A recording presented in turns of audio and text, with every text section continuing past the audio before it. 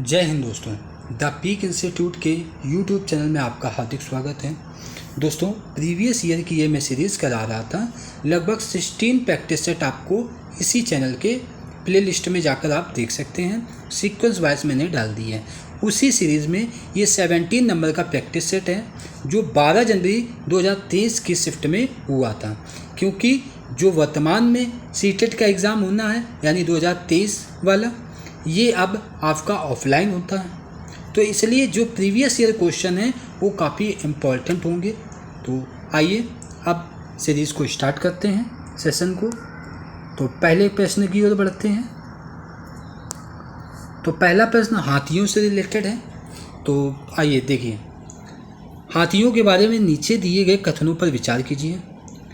अपने भारी शारीरिक ढांचे के कारण हाथी अत्यधिक आराम करना पसंद करते हैं। तो पहले हाथियों के बारे में आप कुछ फैक्ट जान लीजिए कि हाथियों के बारे में क्या फैक्ट है, क्योंकि इससे क्वेश्चन बनता ही है। तो पहले बात सुनिए, हाथी आवाज़ को सुनकर आदमी और औरत के बीच अंतर कर सकते हैं।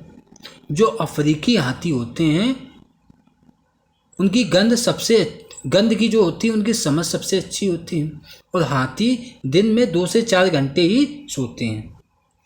हाथी का जो 3 माह का बच्चा होता है उसका लगभग जो वेट होता है वो 200 केजी होता है। हाथियों को कीचड़ में खेलना पसंद होता है, क्योंकि उनकी जो त्वचा होती है वो काली होती है, और काली त्वचा जो होती है जब वो कीचड़ में खेलते हैं तो उनको आराम मिलती है। इसके बाद हाथियों के झुंड में 14 से 15 वर्ष तक के ही बच्चे होते हैं, और हाथी झुंड में रहना पसंद करते हैं। और हाथियों के जो झुंड का नेतृत्व होता है वो बुजुर्ग हथनी करती है। तो इतनी बातें आपको याद रखनी है। अब पहला क्वेश्चन, मतलब पहला ऑप्शन देखिए, अपने भारी शारीरिक ढांचों के कारण हाथी अत्यधिक सोते हैं, जबकि हमने पढ़ा है कि 2 से 4 घंटे ही वो आराम करते हैं। तो यानी पहला तो फैक्ट एकदम गलत है, तो पहला फैक्ट तो होगा नहीं। दूसरा फैक्ट देखिए, 3 माह के हाथी के बच्चे का भार लगभग 200 केजी होता है, बिल्कुल सही है। अगले ऑप्शन की ओर बढ़ते हैं। कीचड़ और पानी में खेलना इनको बहुत पसंद होता है, बिल्कुल, ये भी हमने अभी फैक्ट पढ़ा है। हाथियों के झुंड में नर और मादा हाथी, जबकि अभी हमने क्या पढ़ा है, हाथियों के झुंड में 13 से 14 माह तक के हाथियों के बच्चे होते हैं। 13 से 14 वर्ष तक के हाथियों के बच्चे ही उस झुंड में होते हैं, यानी नर हाथी नहीं होता है, और मादा हाथी उसका क्या करती है, नेतृत्व करती है, जो सबसे बुजुर्ग होती है। यानी आपका राइट आंसर क्या हो जाएगा, ऑप्शन नंबर कौन सा, ऑप्शन नंबर बी और ऑप्शन नंबर सी। बी और सी यानी ऑप्शन नंबर डी इसका एकदम करेक्ट आंसर होगा, ऑप्शन नंबर डी। अगला क्वेश्चन, केरल की उच्च स्तर की वैज्ञानिक सैन्य कला मार्शल आर्ट जो व्यवहार रूप में प्रचलित है उसे क्या कहते हैं। यानी जो केरल की जो मार्शल आर्ट कला है उसे क्या कहा जाता है। तो देखिए, जो केरल की मार्शल आर्ट कला है उसको हम कलरी पट्टू के नाम से जानते हैं। किस नाम से जानते हैं, कलरी पट्टू के नाम से जानते हैं, यानी ऑप्शन नंबर डी इसका एकदम राइट आंसर होगा। अगले क्वेश्चन की ओर बढ़ते हैं। निम्नलिखित में से कौन से पदार्थों को आप जल से कपड़े के द्वारा छान कर अलग कर सकते हैं। कौन से ऐसे पदार्थ हैं जिन्हें आप जल से कपड़े के द्वारा छान कर अलग कर सकते हैं। आप सोचिए, क्या आप दूध को छान के अलग कर सकते हैं, नहीं। अगर हम ऑप्शन नंबर सेकंड को देखें तो ऑप्शन नंबर सेकंड में नमक और चीनी, क्या इसको हम छान कर अलग कर सकते हैं। ऑप्शन नंबर सी देखें, हल्दी पाउडर और तेल, और option number D chalk powder और रेत। तो आप जानते हैं कि अगर हम नमक की बात करें तो नमक तो पानी में क्या घुल जाता है, यानी उसको तो हम छान के अलग नहीं कर सकते हैं, यानी ऑप्शन नंबर ए तो हमारा होगा नहीं। और नमक चीनी दोनों पानी में घुल जाते हैं, ये भी नहीं होगा। हल्दी पाउडर और तेल, ये भी नहीं होगा। जबकि अगर हम बात करें चाक पाउडर व रेत की, तो इन्हें हम छान के अलग कर सकते हैं, यानी ऑप्शन नंबर डी हमारा एकदम करेक्ट आंसर होगा। अगला क्वेश्चन, निम्नलिखित में से कौन सा समूह एक ही प्रकार के खाने की सामग्री से बना है? अगर हम पहले ऑप्शन पर नज़र डालें तो पहला ऑप्शन क्या है? डोसा, पुलाव, खीर। दूसरा है चपाती, दाल, सलाद। तीसरा है हलवा, बिरयानी, जेली, अचार, इडली और हलवा। तो आप ऑप्शन पे देखिए, नज़र डालिए। पहला ऑप्शन क्या है? डोसा चावल का बनता है, पुलाव तो चावल ही होता है, और खीर भी किसका बनता है? चावल का। यानी ये एक ही चीज़ से बन रहा है, यानी चावल से ही डोसा बन रहा है, चावल से ही पुलाव बन रहा है, और चावल से ही खीर बन रहा है। जबकि अगर हम चपाती की बात करें तो चपाती तो आटे से बनती है, और दाल अलग है, सलाद अलग है। इसके बाद हलवा, तो हलवा आप जानते हैं सूजी का भी हलवा होता है, आटे का भी हलवा होता है, और गाजर का भी हलवा होता है। बिरयानी किसकी होती है? चावल की। तो ये तो होगा नहीं। इसके बाद अचार, इडली और हलवा, ये एक समूह की बात करेगा नहीं, यानी ऑप्शन नंबर ए इसका एकदम करेक्ट आंसर होगा। अगला क्वेश्चन, यदि कोई किसान अपने खेतों में उर्वरकों और कीटनाशकों के अधिक का उपयोग करके बार बार धान की फसल उगाता है तो इस आचरण से उसके खेत की मृदा पर क्या प्रभाव पड़ेगा? देखिए, आप ये बात याद रखिए कि अगर कोई भी व्यक्ति अपने खेत में बार बार उर्वरक का यूज़ कर रहा है और एक ही प्रकार की खेती कर रहा है, मान लीजिए धान की ही खेती लगातार कर रहा है, उसको बदल नहीं रहा है, और अधिक से अधिक उर्वरकों का यूज़ कर रहा है, तो एक टाइम ऐसा आएगा जब उसकी जो खेती है वो क्या हो जाएगी? बंजर हो जाएगी। ठीक है, तो ऑप्शन ए केवल धन की फसलों के लिए उपयुक्त है, तो होगा नहीं। एक साल में कई फसलों के लिए उपजाऊ हो जाएगी, ये भी नहीं होगा। फसलों के लिए उपजाऊ हो जाएगी उसी प्रकार की फसल, डी ऑप्शन की क्या हो जाएगी? बंजर हो जाएगी। कुछ टाइम बाद क्या हो जाएगी? बंजर। अगला, मुकुल हस्त मुद्रा जो सभी उंगलियों के सिरों को जोड़कर बनती है दर्शाती है। देखिए, आप जब अपने दोनों हाथों को एक कली बनाइए, जैसे नहीं कमल की कली बनती है, उस मुद्रा में आप ले जाएंगे, उसे कहते हैं मुकुल हस्त मुद्रा। जब आप अपने दोनों हाथों को जोड़िए और एक कली नुमा आकृति बनाइए, उसी को कहते हैं मुकुल हस्त मुद्रा। तो क्या वो दृढ़ निश्चय को दर्शाती है? तो ये तो होगा नहीं। फूल तोड़ना, ये भी नहीं होगा, दृढ़ता भी नहीं होगा। वो कमल का फूल उसको दर्शाती है, यानी ऑप्शन नंबर बी एकदम करेक्ट आंसर होगा। अगला क्वेश्चन, एक व्यक्ति जिसमें रक्तहीनता की पहचान हुई है, एक व्यक्ति ऐसा है जिसमें रक्तहीनता की क्या हुई है? पहचान हुई है, उसको क्या खाने पीने की सलाह दी जाएगी? तो देखिए, अगर कोई व्यक्ति जिसे एनीमिया यानी रक्त अल्पता नामक बीमारी हो गई है, तो उसमें क्या है? उसके खून में आयरन की कमी हो गई है। अब जब व्यक्ति में आयरन की कमी हो जाती है तो उसे चुकंदर, आंवला, पालक, गुड़ इत्यादि देना चाहिए। ठीक है, और रक्त की जो कमी होती है वो विटामिन B11 के कारण एनीमिया नामक रोग हो जाता है। तो ऑप्शन पर नजर डालिए, चुकंदर का रस तथा पालक देना चाहिए, बिल्कुल सही, क्योंकि प्रचुर मात्रा में इसमें आयरन उपस्थित होता है। अनार का रस तथा दूध, ये होगा नहीं। नींबू पानी तथा जेली, ये भी नहीं होगा। और खीरा और टमाटर, ये भी नहीं होगा, यानी ऑप्शन नंबर ए इसका एकदम करेक्ट आंसर होगा। अगला क्वेश्चन, भोजन में पोषक तत्व बनाए रखने के लिए खाने से पहले हमें अवश्य क्या करना चाहिए? फलों और सब्जियों को काटने के बाद धोना चाहिए, भोजन को अधिक देर तक पकाना चाहिए, और क्या चीज़ है? चावल तथा अनाजों को ढेर सारे पानी में धोना चाहिए, चावल तथा अनाजों को उसी पानी में पकाना जिसमें उन्हें भिगोया गया हो। तो देखिए, हमारी बात आप याद रखिए कि आप भोजन में जो पौष्टिकता होती है उसको हमें बनाए रखने के लिए क्या करना होता है? बहुत मोटा छिलका नहीं उतारना होता है, लंबे समय तक भंडारण नहीं करना होता है, काटने से पहले सब्जी को धोना होता है, ना कि पहले उसको काट ले बाद में धोएं। यानी काटने के पहले धोया जाता है। ज़्यादा पानी में भी ना पकाएं, अगर ज़्यादा पानी में पकाएंगे तो उसकी जो पौष्टिकता है वो कम हो जाएगी यानी नष्ट हो जाएगी। और चावल को पर्याप्त पानी में उबालें। तो अब ऑप्शन पर नज़र डालेंगे, क्या इसका राइट आंसर होगा।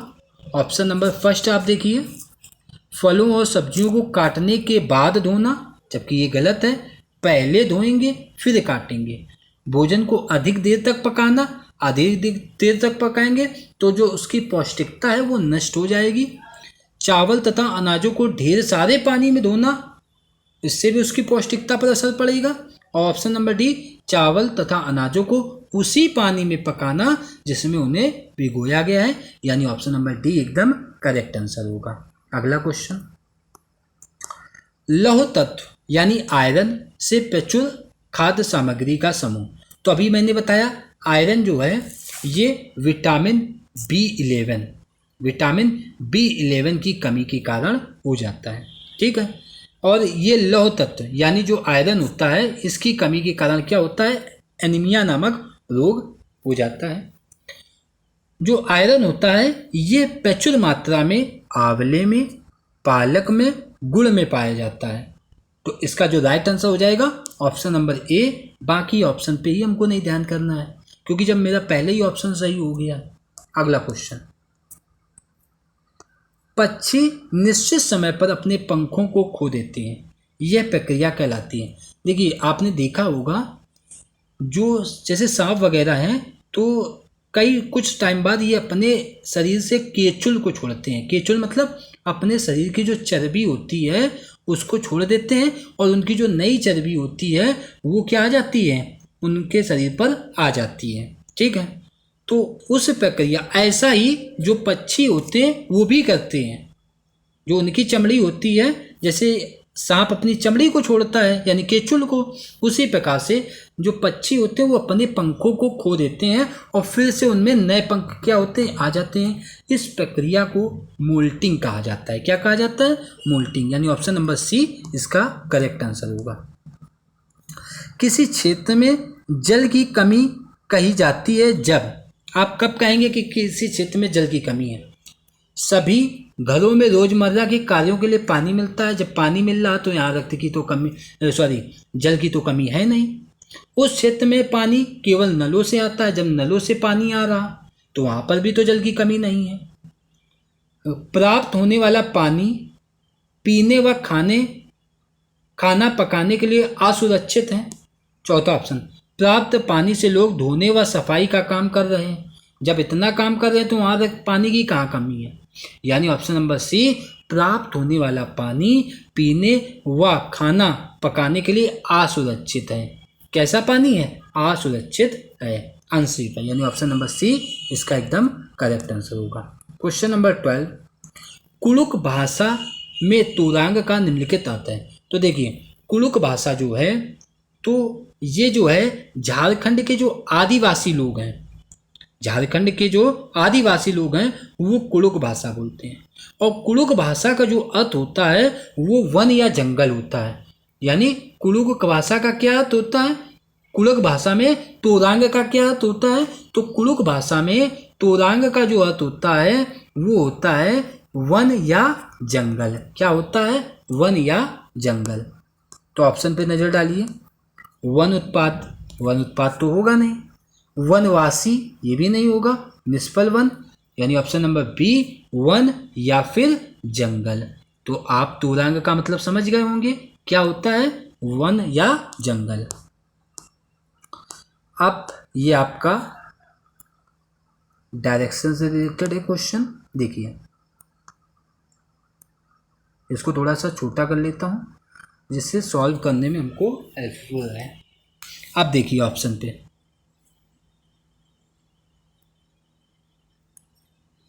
पहला ऑप्शन है आपका घर एक्स पर स्थित है तथा दूध की दुकान वाई पर स्थित है। आपके घर से दूध की दुकान तक जाने के लिए कोई सीधा रास्ता नहीं है, अतः पहले आप ए जाते हैं जो एक्स के ठीक उत्तर 50 मीटर है, एक्स के ठीक उत्तर 50 मीटर है, यानी ये एक्स है, उत्तर में गए कितना 50, मीटर गए, ये ए मिल गया। ठीक है, फिर बी पर जाते हैं जो ए के पश्चिम में है, यानी मान लो यहाँ कहीं क्या है, बी है। 60 मीटर की दूरी कवर करते हैं। कितनी दूरी कवर की है, 60 मीटर की। फिर सी पर जाते हैं जो बी के ठीक उत्तर में है, 50 मीटर। फिर 50 मीटर गए, कहाँ पर पहुंचे, सी पर। अंत में वाई पर अर्थात दूध की दुकान पहुंचते हैं जो सी के ठीक पूर्व में 100 मीटर पर है। मान लो यहाँ पर ये दुकान है और ये दूरी कितनी हो जाएगी, सी, और अंत में ये क्या मिल गया, वाई। यहाँ तो आपको बताना है कि दूध की दुकान के सापेक्ष आपका घर, ये दूध की दुकान है, इसके सापेक्ष आपका घर किस दिशा में है, आप बताइए। तो किस दिशा में है, दक्षिण पश्चिम दिशा में है। किस दिशा में है, दक्षिण पश्चिम दिशा में। ऑप्शन पर नजर डालिए, ऑप्शन नंबर डी इसका एकदम करेक्ट आंसर होगा। अगला क्वेश्चन, पक्षियों के पंखों के दोनों ओर का मुलायम भाग कहलाता है। तो देखिए, पक्षियों के दोनों ओर का जो मुलायम भाग होता है वो बाल्ब कहलाता है। तो इस बात को आप याद रखिएगा, ये आपके लिए नया क्वेश्चन है। अगला क्वेश्चन, मलेरिया से ग्रस्त व्यक्ति को सामान्यतः लक्षण होंगे। मान लो किसी व्यक्ति को मलेरिया है, तो मलेरिया जो होता है ये प्लाज्मोडियम परजीवी के कारण होता है। और इसके क्या लक्षण होते हैं, कैसे पता चलेगा कि किसी व्यक्ति को मलेरिया हुआ है। तो अगर उसको ठंड लग रही है, क्या लग रही है, ठंड लग रही है, बुखार है, सिर दर्द हो रहा है, उल्टी हो रही है यानी दस्त हो रहे हैं, और रक्त की कमी, पसीना और मांसपेशियों में दर्द होने लगता है, ये सब किसके लक्षण हैं, ये सब मलेरिया के। पहला ऑप्शन है बुखार के साथ खांसी व जुकाम, तो ये मलेरिया के तो लक्षण है नहीं, ये वायरल फीवर है। दूसरा है दस्त और बुखार। सी ऑप्शन है ठंड लगना और बुखार, तो ठंड और बुखार ये तो मलेरिया का लक्षण है, यानी ऑप्शन नंबर सी इसका करेक्ट आंसर होगा। अगला क्वेश्चन, क्वेश्चन नंबर 16, पर्यावरण अध्ययन शिक्षण के लिए विद्यार्थियों को क्षेत्र भ्रमण पर ले जाने के दौरान निम्नलिखित में से क्या सर्वाधिक महत्वपूर्ण है। आप कहाँ ले गए हैं, क्षेत्र भ्रमण पर ले गए हैं। तो क्षेत्र भ्रमण के लिए लक्ष्यों का निर्धारण कर लेना, यानी पहले से ही लक्ष्य को निर्धारित कर लेना ही होता है, तो ये तो होगा नहीं। यात्रा के माध्यम का चयन करें, ये भी ऑप्शन नहीं होगा।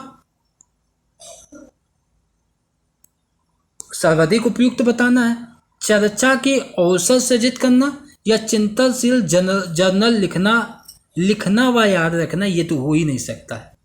तो यहाँ पर देखिए क्या किया गया है, चर्चा के अवसर दिए गए हैं बच्चों को, तो ये ऑप्शन एकदम राइट आंसर होगा, यानी ऑप्शन नंबर सी इसका करेक्ट आंसर होगा। अगला क्वेश्चन, पर्यावरण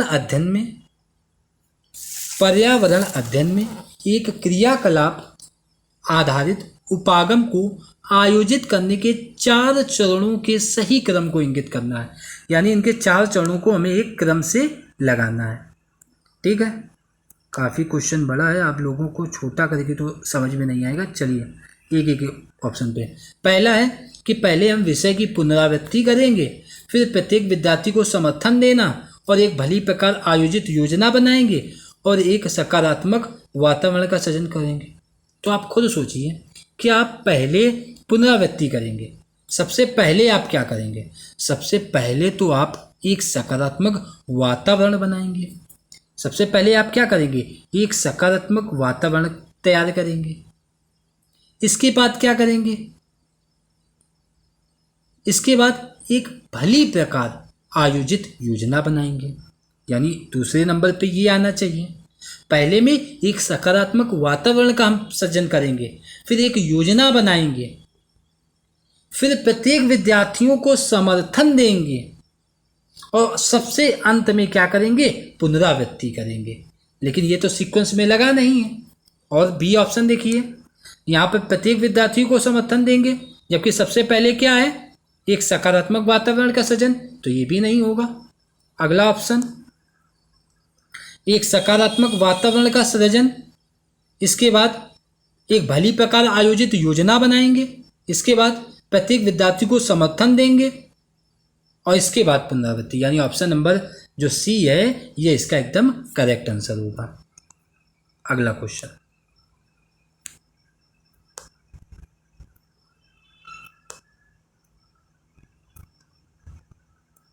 देखिए,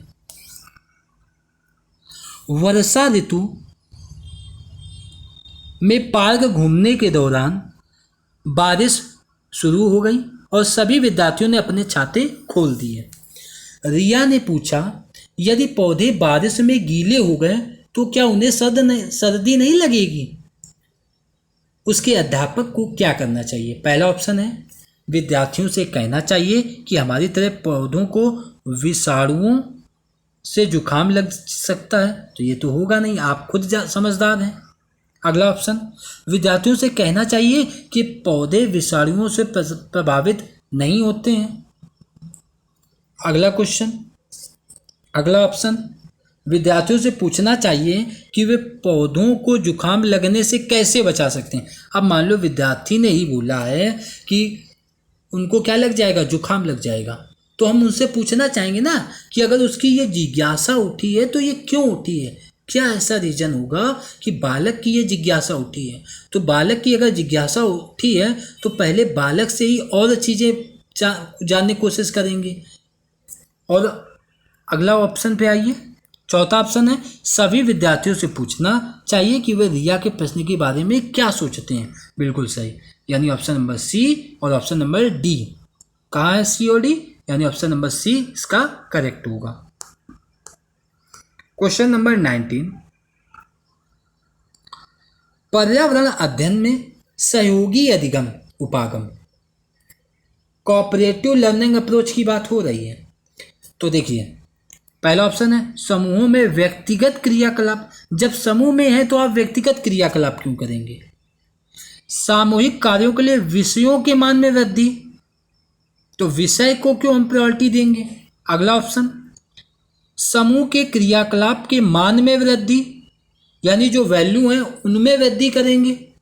और चौथा है समूह में शिक्षक के मान में वृद्धि। क्या शिक्षक के मान में हम वृद्धि करेंगे?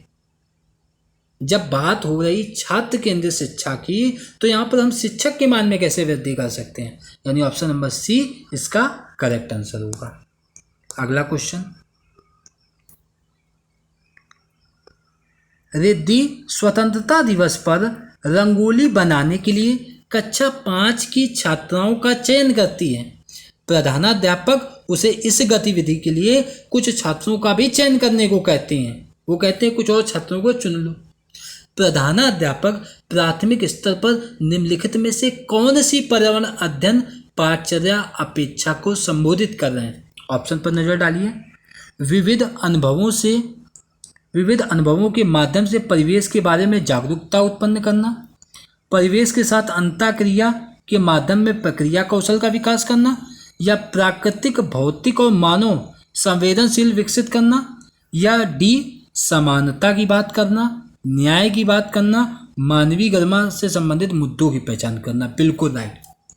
अगर जो प्रधानाचार्य जी हैं अगर ये बोले हैं कि कुछ और विद्यार्थियों का चयन कर लो, यानी वो क्या चाहते हैं कि समानता हो, न्याय हो और मानवीय गरिमा को बनाए रखें। यानी ऑप्शन नंबर डी इसका एकदम करेक्ट होगा। अगला क्वेश्चन, पर्यावरण अध्ययन में सृजनात्मकता यानी क्रिएटिविटी एक्सप्रेशन क्या है? संभव नहीं है? बिल्कुल संभव है। शिक्षार्थियों पर निर्भर है? ये भी नहीं होगा। समय नष्ट करता है? क्रिएटिविटी कहाँ समय नष्ट करेगा? ये नवाचार के लिए आवश्यक है, यानी बच्चा कुछ इनोवेटिव करता है, कुछ नया बनाने का कोशिश करता है, इसलिए ऑप्शन नंबर सी इसका एकदम करेक्ट आंसर होगा। वह प्रक्रम जो शिक्षार्थियों को जो उन्होंने सीखा है का प्रयोग और अभ्यास करने की अनुमति देता है वह है। क्या प्रश्नावली ये अनुमति देगा? नहीं देगा। क्या केवल अवलोकन? सिर्फ और सिर्फ। इसके बाद प्रोजेक्ट मेथड यानी परियोजना प्रक्रम, क्या ये होगा इसका राइट आंसर? और डी ऑप्शन है प्रायोगिक प्रक्रम, केवल एक्सपेरिमेंट। तो देखिए प्रोजेक्ट मेथड, जब बालक खुद से प्रोजेक्ट बनाएगा तो वो क्या करेगा, उन्हें सीखा का प्रयोग अभ्यास करने की अनुमति देगा कि उन्होंने जो सीखा है उसका वो प्रयोग किस में कर पाएंगे, जब उनको कोई प्रोजेक्ट मिलेगा। यानी ऑप्शन नंबर सी इसका करेक्ट आंसर होगा। अगला क्वेश्चन, सीखना एक सतत प्रक्रिया है। पर्यावरण अध्ययन विषय में सीखने के लिए निम्नलिखित में से क्या महत्वपूर्ण है? शिक्षक से बातचीत कर लेना, पाठ्य पुस्तक की पठन सामग्री, ये तो निगेटिव सेंस देता है, सीखने के दौरान हुए अनुभव और या क्रियाकलाप के दौरान अंतःक्रिया। क्या इसका राइट आंसर होगा?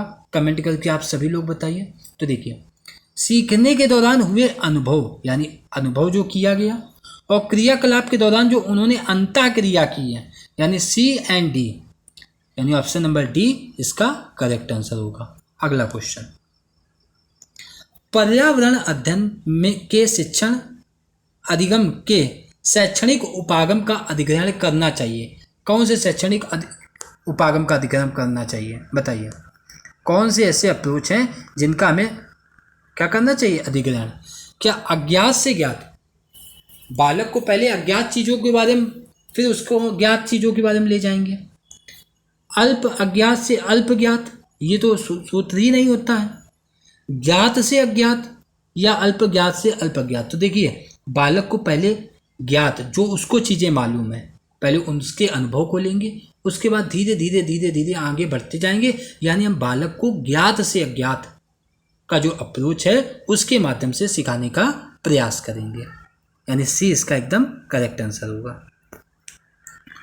पर्यावरण अध्ययन विषय में विद्यालय आधारित आकलन हेतु निम्नलिखित में से कौन से आकलन उपकरण सर्वाधिक उपयुक्त हैं?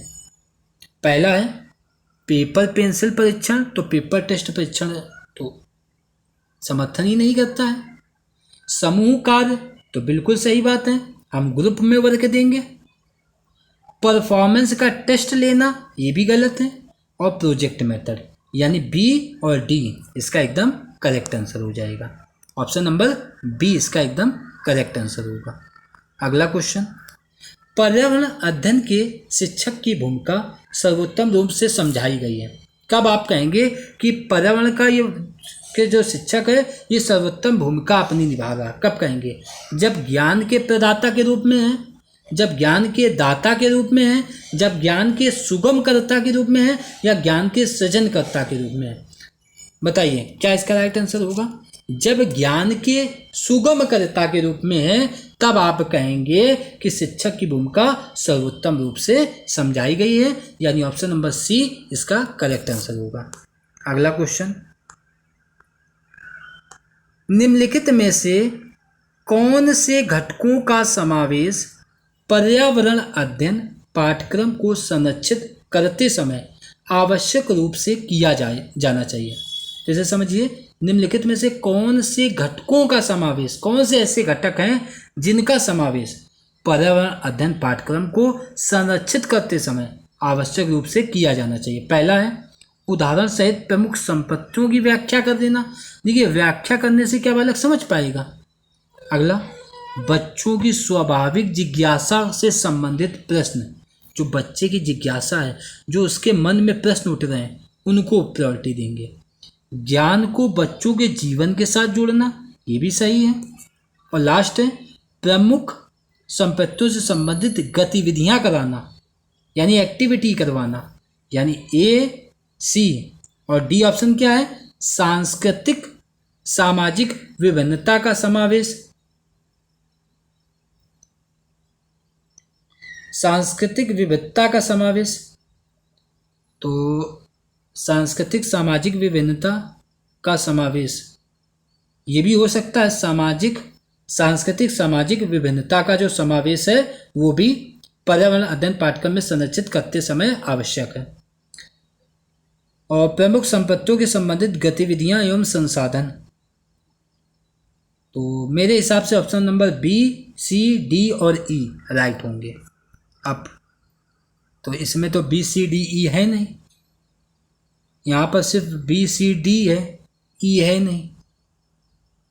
तो आप लोग ध्यान दीजिएगा, अगर ऑप्शन जो आयोग ने माना है वो ऑप्शन बी माना है। ठीक है, अगले क्वेश्चन की ओर बढ़ते हैं। साधन जो प्रेक्षण के लिए उपयुक्त किया जा सकता है सम्मिलित करते हैं। किसको सम्मिलित करते हैं? क्या सामपट्ट को सम्मिलित करते हैं, क्या कार्यपत्र को सम्मिलित करते हैं, या पाठ पुस्तक को? तो साधन जो प्रेक्षण के लिए यानी ऑब्जर्वेशन के लिए जो सबसे अच्छा है वो क्या है? वृत्तांत अभिलेख, यानी ऑप्शन नंबर ए इसका करेक्ट आंसर होगा। अगला क्वेश्चन, अनाया ने चींटियों के एक मरे हुए खनकुजीरे को ले जाते हुए देखा। अनाया ने चींटियों के एक मरे हुए खनकुजीरे को ले जाते देखा। इस आधार पर उसने ये निष्कर्ष निकाला कि चींटियां बहुत ताकतवर होती हैं और छोटी होने पर भी वे बड़े जानवरों को ले जा सकती हैं। इस सामान्यीकरण तक पहुंचने में यानी इस निष्कर्ष तक पहुंचने में अनाया द्वारा निम्नलिखित पर्यावरण अध्ययन की प्रक्रिया कौशल में किन कौशलों को सम्मिलित किया गया? क्योंकि अब बताइए, अनाया ने सबसे पहले क्या किया? अवलोकन किया।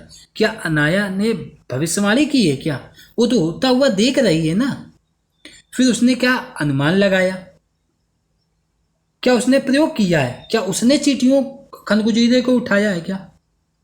इसके बाद उसने निष्कर्ष निकाला, यानी ACE कहाँ पर है? ACE यानी ऑप्शन नंबर डी इसका करेक्ट आंसर होगा।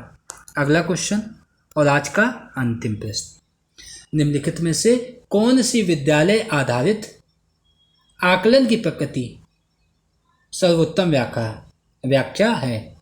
परिमाणात्मक आकलन, निर्देशात्मक आकलन, वर्णनात्मक आकलन या रचनात्मक आकलन? क्या इसका राइट आंसर होगा? तो देखिए, परिमाणात्मक आकलन तो होगा नहीं, निर्देशात्मक आकलन होगा नहीं, वर्णनात्मक आकलन होगा नहीं, यानी कंस्ट्रक्टिव असेसमेंट यानी रचनात्मक जो आकलन है वो इसका राइट आंसर होगा। तो आज का सेशन यहीं समाप्त होता है। अगर दोस्तों आपको ये वीडियो अच्छा लगा है तो चैनल को लाइक, सब्सक्राइब और शेयर जरूर करें। धन्यवाद दोस्तों।